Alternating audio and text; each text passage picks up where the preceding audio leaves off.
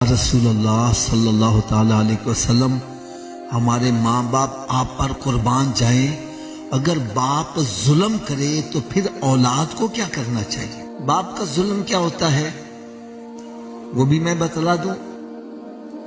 ہم کیا سمجھتے ہیں باپ ظالم کس وجہ سے؟ وہ جی اکو پتر نو سب کچھ دئی جا رہا ہے، سانو پوچھتا ہی نہیں، یہی ہوتا ہے نا۔ یا ہم یہ کہتے ہیں مجھے فلاں جگہ جانے سے روکتا ہے، یہ کرتا ہے، اسے ٹوک نوک کرتا ہے، گالیاں نکالتا ہے، میرے کو زیادتی کرتا ہے، دوستوں میں بیٹھا ہوتا ہوں تو میری بےزتی کر دیتا ہے۔ ہم یہی ظلم سمجھتے ہیں نا، کیوں نہیں وجہ سے؟ یا خرچہ پانی نہیں دیتا، یہی ظلم ہوتا ہے نا۔ وہ صحابی عرض کرتے ہیں یا رسول اللہ صلی اللہ تعالیٰ علیہ وسلم، اگر باپ اولاد پر ظلم کرے ایسی صورت میں اولاد کو کیا کرنا چاہیے؟ تو میرے آقا صلی اللہ علیہ وسلم کا جواب سنو۔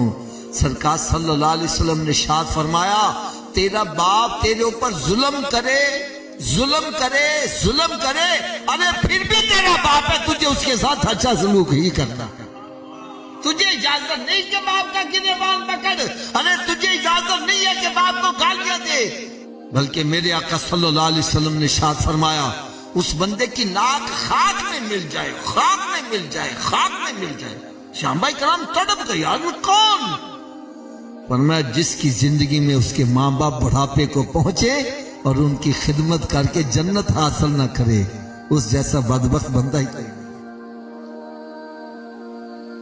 ارے ماں باپ کی خدمت کرنے سے انسان کو کیا ملتا ہے؟ اللہ اللہ اللہ اللہ، یہ پوچھنا ہے تو حضرت موسیٰ علیہ السلام سے پوچھ کے دیکھو۔ اللہ تعالیٰ سے ہم کلام ہیں، عرض کرتے ہیں مالک و مولا مجھے یہ تو بتلا، جنت میں میرا پڑوسی کون ہوگا؟ آپ کا ذہن میں یہ تھا کہ میں اللہ کا نبی بھی ہوں، رسول بھی ہوں اور کلیم اللہ بھی ہوں، اور جنت میں میرا پڑوسی وہ ہوگا جو بڑے اونچے مقام پر فائز ہوگا۔ رب تعالیٰ نے ارشاد فرمایا موسیٰ فلاں بازار میں نا ایک کسائی ہے، کساب، وہ جنت میں تیرا پڑوسی ہوگا۔ بڑا رش کا ہے یار، ایک کسائی جنت میں میرا پڑوسی بنے گا؟ دیکھنا چاہیے وہ تقوی پرہیزگاری کے کتنے بلند مقام پر پہنچا ہوا ہے جس کو اللہ کے نبی اور رسول کا پڑوس دیا جائے گا۔ صبح ہوئی تو صبح ہی اس کی دکان پہ جا کے بیٹھ گئے۔ آج میں دیکھوں یہ کرتا کیا ہے، سارا دن بیٹھے رہے، اس نے کوئی چنگا کام نہیں کیا۔ رات کو دکان بند کی تو گھر جب جانے لگا تو آپ نے سوچا چلو میں اس کے ساتھ گھر جاتا ہوں، شاید راستے میں کوئی چنگا کام کرے، لیکن راستے میں بھی کوئی اچھا کام نہیں کیا۔ پھر جب گھر میں داخل ہوا تو دیکھا گھر میں دیکھو یہ جا کے کیا کرتا ہے۔ آپ گھر میں داخل ہوئے تو دیکھا اس کے والدین بوڑھے ہیں، معذور ہیں۔ کیا ہیں؟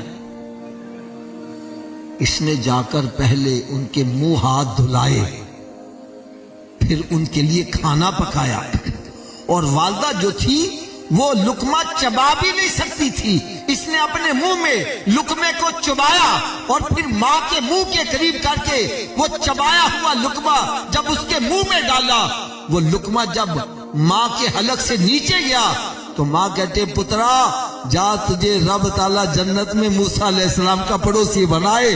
سمجھ گئے اس کے پلے کخ بھی نہیں ہے، یہ ماں کی دعا ہے جو اس کو جنت میں اللہ کے نبی کا پڑوس دے دے۔ دین کی بات پھیلانا صدقہ جاریہ ہے، ثواب کی نیت سے ویڈیو کو شیئر ضرور کیجیے۔ جزاک اللہ۔